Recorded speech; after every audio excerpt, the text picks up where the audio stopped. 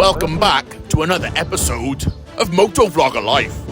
This is Commander Daot, and today, Boy Burst Time is guiding me until he falls over. Aray ko. Dumulas ako. Not a motovlogger anymore, but we're going to see a very tall, beautiful, cascading waterfall and a sea of clouds that's missing in action. Because it's in Barangay Binuangan, true to its name. Silipin muna natin ito. And then we descend to an ancient church. Well, not so ancient, but the bridge has lots of gold. See you in another episode of Motovlogger! All good, okay lang ako. Nakita mo?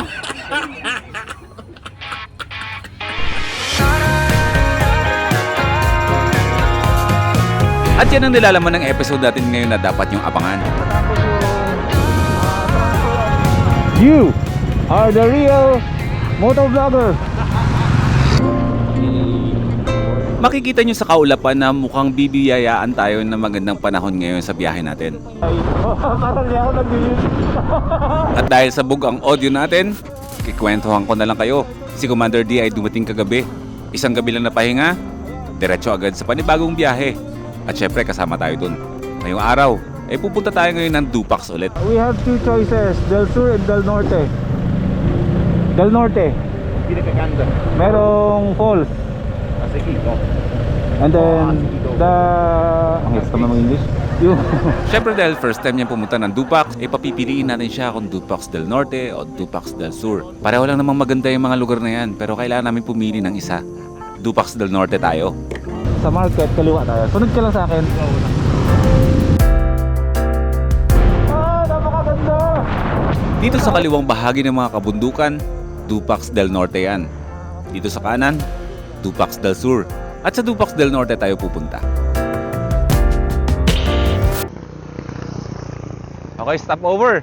Eh, sa wakas. Kaso hindi kami pareho ng motor nga. Ayun. Oh! Wow. Na-miss ko yung motor ko, bro. Shout out Suzuki. Ma'am Eds.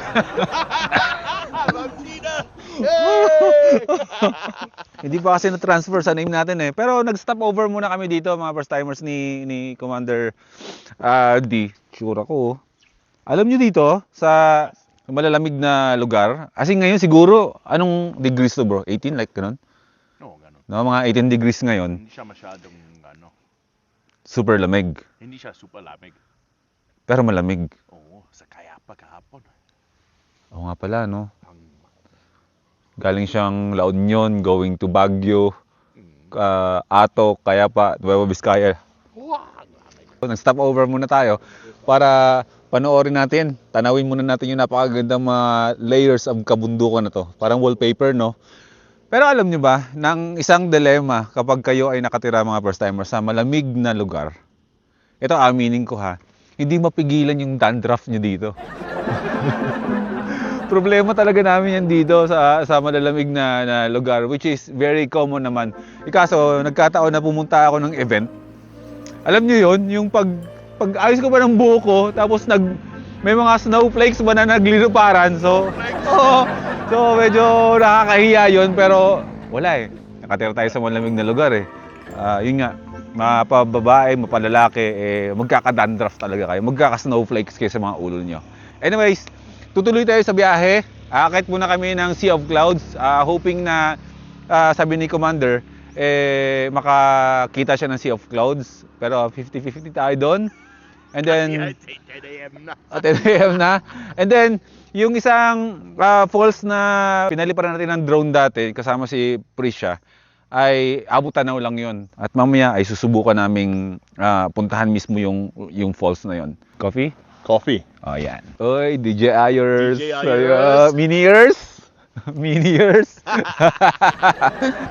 Okay, let's go.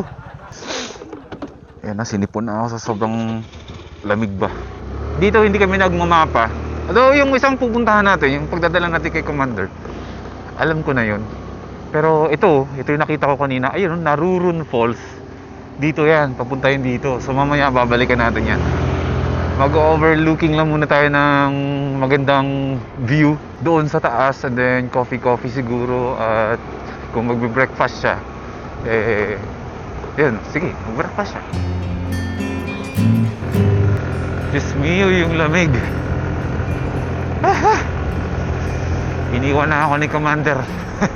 Pero hinayaan ko siya mauna para may lae siya mag-explore at huminto-hinto kung kailan niya gusto. Doon din naman kami magkikita sa taas. Lamig! Ayun siya. Yung pinapanood ko na vlogger dito sa Nueva Vizcaya, si Gayam Ben, taga dito yun sa Dupax del Norte. Hindi ko lang alam kung saan area dito, pero wala naman akong balak na istorbohin ang kanyang tahimik na pamumuhay. Sinasabi ko lang naman. Ito ang tahimik na kwento tungkol sa Barangay Binuangan. Ang Barangay Binuangan ay isang bahagi ng makasaysayang bayan ng Dupax del Norte. Siyempre dito yun sa Nueva Vizcaya, na dating tinirahan ng mga katutubong Isinay. Namuhay ang mga unang tao rito ng payak at malapit sa kalikasan. Nagsasaka at nagtutulungan bilang isang komunidad. Out in the fields, dark was the night. Quietly shepherds were resting. When all at once Sa paglipas ng panahon at pagkakahati ng Dupax noong dekada 70, nanatiling rural ang Binuangan sa pangunahing ikinakabuhay nila, ang pagsasaka. glory to God in the highest. Kilala ang barangay sa malamig na klima at sa magandang tanawin ng Sea of Clouds na sumisimbolo sa likas na yaman at katahimikan ng lugar. Don't be afraid. Hanggang ngayon, ang Binuangan ay patuloy na umuunlad habang pinapangalagaan ang kasaysayan, kalikasan at diwa ng bayanihan. It's closed. Sayang. Hanap na tayo iba? Wala, sarado eh. Oo. Kanugon. Dito tayo nag-camp noon. Kasama natin yung batod natin. Excited pa naman sana ako na dito kami mag-breakfast. Pero nagkataon na sarado kaya wala tayong magagawa. If there's selling coffee there sa falls, pwede na, kahit sa mga locals. Ito lang. Okay. No? Sige. Tapos, pansit na sa Dupax del Sur. Kaya, Hanap tayo pansit sa Dupax del Sur. Okay.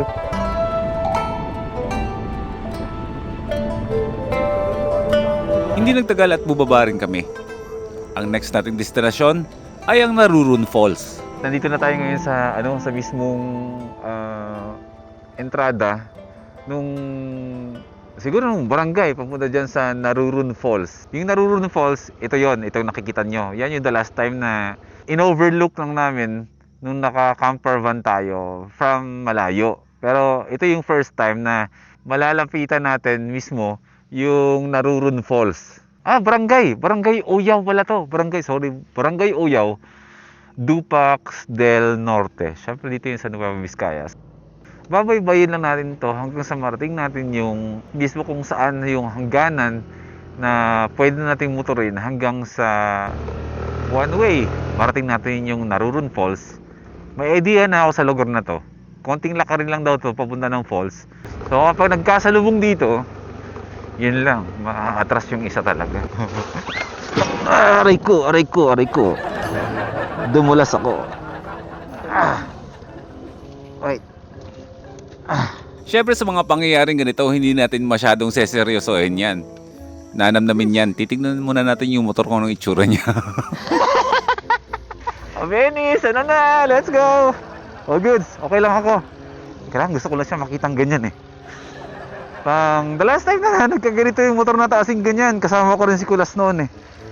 Madulas pala ito. So, ganun talaga. It's okay. We're good. Bumangon ko na dyan. Tinantin na tayo ni Commander. Alright. Sa harap kasi ako pumipreno kasi pudpud na yung preno ko sa likuran. Pero okay lang tayo. Nagano lang tayo doon. Naging ballerina lang tayo. Nag-split ba? Nag-breakdance lang. Sumemplang ka na. Tinatawanan mo. Ayan ang sinasabi ko. Magkakasalubong. Siyempre, mag-antay tayo. Magkakabigayan depende sa uri ng sasakyan. Thank you po. Teka lang, bakit ako yung nag-thank you? Di ba siya dapat mag-thank you sa akin? Hindi, nag-thank you naman siya. Tumango naman siya. Tango means thank you. Hindi na ako pipreno sa harapan. Joke time yun. Buti ano lang eh, swabe lang yung pagkakaslide eh. Yun yung semp lang na nakakatawa. Uy, uy, uy. Madulas nga talaga. Natatawa ako sa sarili ko, guys. Sorry mga first timers. Natatawa. Alam ko nagkaalala kayo, pero ako natatawa ako sa sarili ko. Yan, okay na. Safe na ang buhay nyo. Nasa ano na tayo. Sementong kalsada na. Sa mga oras na to, kailangan ko na magtanong sa mga lokal. Mahirap ang daan. Tayo pwede magtanong? Ito po yung papunta sa falls po? Opo. Sa falls? Napabulosok na o daan pabawa. Pababa po? Oo, dumating doon sa ilog.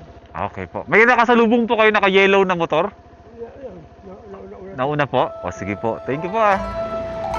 Medyo challenging naman kasi din talaga yung motor. Ay, hindi pala yung daan. So, yung dala nating motor, isa pa, is hindi naman talaga din para sa ganito. Mamaya-maya ay nakita ko si Commander D na hinahanap din ng tamang daan. Bro! Nagsemplang ko! Nagsemplang ko! Ngayon ang challenge kung paano namin mahanap yung falls. Sabi daw dito, At dahil liblib ito, napakaliit ng chance na may mga dadaan na pwede nating pagtanungan. magtanong-tanong tayo sa lokal. Magtanong ko. Magtatanong ako. Buti na lang at merong isang lokal na chumichill-chillan dun sa labas ng bahay nila. Pwede nating pagtanungan. Ang hirap ng daan. Madulas. Tanong tayo dito. Mabait naman itong mga to at masuki natin yung bakuran natin. Kuya! Saan po dito kuya yung falls? Tapos dyan na yan? So may waiting shed? Kung malaking motor dala ko, for example yung V-Strom, yung ganun madulas, medyo ihahampas ako nun sa kalsada. Buti na lang si Avenis ang dala natin. Kasi dumulas talaga eh. Mas ito mas manageable daw. Oo bro. Saan bro? Dito? Doon tayo, kapag may waiting shed, Okay. pababa tayo daw. Sige po, sige. Ito pa sa funny slide. Tutumpa talaga. I talk too much ba? And then, Sa unahan, nakakita kami ng isang waiting shed na parang hindi. Bro, ito yata yung waiting shed eh. Ito yung waiting shed. Maaari. Baba. So, tignan natin kung pwede natin ibaba yung motor natin. Parang hindi papasok. Ay, hindi. Iwan natin. Iwan. Okay. Siguro dito ako mag-iwan ng motor. How to destroy a Venice. Okay, so iwan muna namin yung mga motor namin dito. Tsaka, andun, meron pa tayong gagawing trekking. Mga ganitong bagay, ngayon ko na lang ginawa yung ganito, may lakad-lakad ba? Kasi nung nagbumotor tayo, ganito naman talaga eh. Pero nakakapanibago lang. Alam ko namang safe naman yung motor natin dun. Wala namang gagalaw. So kapag may nawala, hindi iyak. Iyakin. So hindi naman to masyado malayo daw. Sabi ng mga sa mga nagko-comment ba. Konting trek lang. Ang hirap ng sapatos ko kasi hindi naman ito pang ano eh. Pang trail eh. Pang motor to. Good luck. Oh. You wait for me first. Ah, sige. I'll watch you slide too. Slide. And then I'm gonna watch you slide. And then help you. So I'm the good person. You're the good person. You are though. Thank you, bro. Sadyang napakahirap maglakad dahil ngayong sapatos ko. This boots is not for this. Motovlogger boots. Motovlogger boots to eh. Magbabanda na lang ako kasi tumatama sa mata ko ang aking bangs. Ayan. Boy, pinaulit. Okay, let's go. Sana hindi tayo madulas. Do you think bro? Ito na? Oh, ito na. May exit dyan? Yung inaakala naming malapit na, malayo pa pala. Ito maganda dito bro sa shoes na to. This is waterproof. Oh, Yeah. It's slippery but it's waterproof. so it is. Waterproof din. Ang brand ng sapatos na to, i-promote ko na lang din. Ano to? Elevate ng Sec Moto Supply. Wala namang bakas masyado. Tara, tabi tayo. O dahan-dahan lang tayo. Ako pala, kasi yung sapatos ko hindi para dito. Michael Jackson. Ang challenge kasi dito is kung paano namin mapupuntahan yung falls. Eh wala naman kami mapagtanungan ng mga lokal. Ang hirap dito. Huh? Mahirap. Parang dito, no? I'm not sure, wala kasing lokal tayo pwede makausap eh. Akin na mo na gamit mo. Ah, sige. Oh. Andito na tayo eh. Oo. Sayang naman kung babalik pa tayo. Ah. Oh wait, ako muna. Ah. I will clear the daanan for you. Ah. Boy, madulas. Oh, Boy, madali. boy lampa. Ayan. Okay, well, here we are. Oh. Boy, he knows the way. You are my local guide. Aha. Local not original. Hala bro. Oh? Challenging to bro. Hindi namin alam kung hanggang saan ba itong lalakarin namin. Parang mas maganda na lang bumalik na lang. Kamali tayo ng... Hindi naman. Sige, tuloy natin, nandito na tayo eh. Pero para malapit na tayo. Kaya. Can you check it bro sa Google Maps mo? Ito. Ito na. Bro, parang hindi pa eh. Meron kami nadaan ng falls pero hindi ito yun eh. Bro, parang hindi ito. Bro, Yes. Bro. do the hack. The hack, the life hack. Oo. I'll go down first. Okay, now it's time for the hack of life. Hackers. Ang hack of life ay ang paliparin ng drone. Hindi na namin alam kung nagmamatch ba yung tanong namin sa sagot ng mga lokal dito na sabi namin kung saan yung falls. Kasi ibang falls ang gusto namin makita. Eh ito, falls din. So papaliparan natin ang drone. Si Commander D ang magpapalipad ng drone para matrack namin kung saan talaga yung falls na yan. Kasi wala na yan, andito na tayo eh. Alam namang bumalik pa tayo. Gagawin namin kung saan yung mga kakain namin na matundo namin yung falls na yan. Kasi napakaganda talaga, promise. Sayang naman kung uuwian na o magbaback out tayo. Babalik tayo doon. Hanggang sa nakita namin na ang falls na hinahanap namin ay napakalapit na pala sa amin. Pero meron kaming malaking problema. So medyo alanganin na tayo dito. Wala namang ibang pwedeng daanan para pumunta doon sa falls na natatanong natin sa drone. At hindi ko na rin i-insist na babae namin to ni Commander D dahil sobrang stiff talaga. Matagal ng tahimik at tago sa kabundukan ng Oyao Dupax del Norte ang lugar na kinalalagyan ng Narurun Falls. Tanging mga katutubo at mga ngaso lamang ang nakakaalam ng landas patungo rito. Isang araw, habang sinusundan nila ang tunog ng malakas na agos ng tubig sa gitna ng kagubatan, natuklasan nila ang isang napakagandang talon na tila bumabagsak mula sa langit. At ayon sa mga matatanda, ang pangalang Narurun ay nagbula sa salitang ugat na nangangahulog ang pagbulong ng tubig. Sapagkat sa gabi raw, ay tila may mga tinig na maririnig sa paligid ng talon. Pinaniniwalaan na ito na tahanan daw ng mga diwata at espiritu ng kalikasan, yung mga nagbabantay sa lugar. Kaya bago pumasok noon ang sinuman, nag-aalay muna sila ng dasal bilang paggalang. Sa paglipas ng mga panahon, unti-unting nakilala ang Narurun Falls bilang isang likas na yaman sa Pook Pasyalan. Ngunit nananatili ang paniniwala na ang talon ay nagpapakita lamang ng tunay na ganda nito sa mga taong may malinis ang hangarin at pusong marunong gumalang sa kalikasan.